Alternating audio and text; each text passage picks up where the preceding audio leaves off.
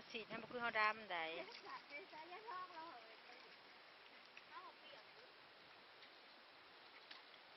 วันนี้ที่18ได้นะมีเนาะ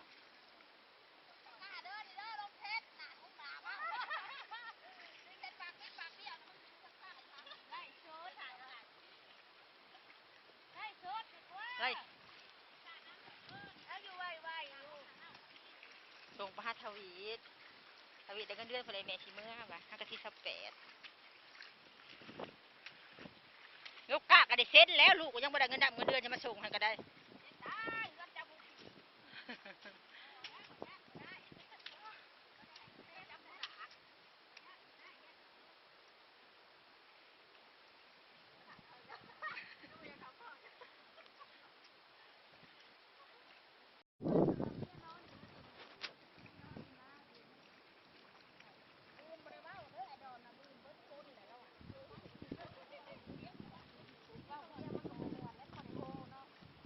บอกกับเมียผันมวน2 คนสิ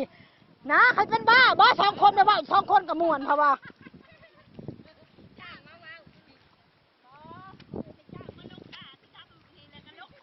เขามีบอลให้ลกเลยบ่พอให้ลกตะมุนีบอกเขามีบาทก็ซื้อหัวสิซื้อเอาบอลบ่ลกก้าเขาสิโอ้จะเท่าคำนี่มันแล้วนี่มันทำวิชาอาหารไผ่ห้ากระดำ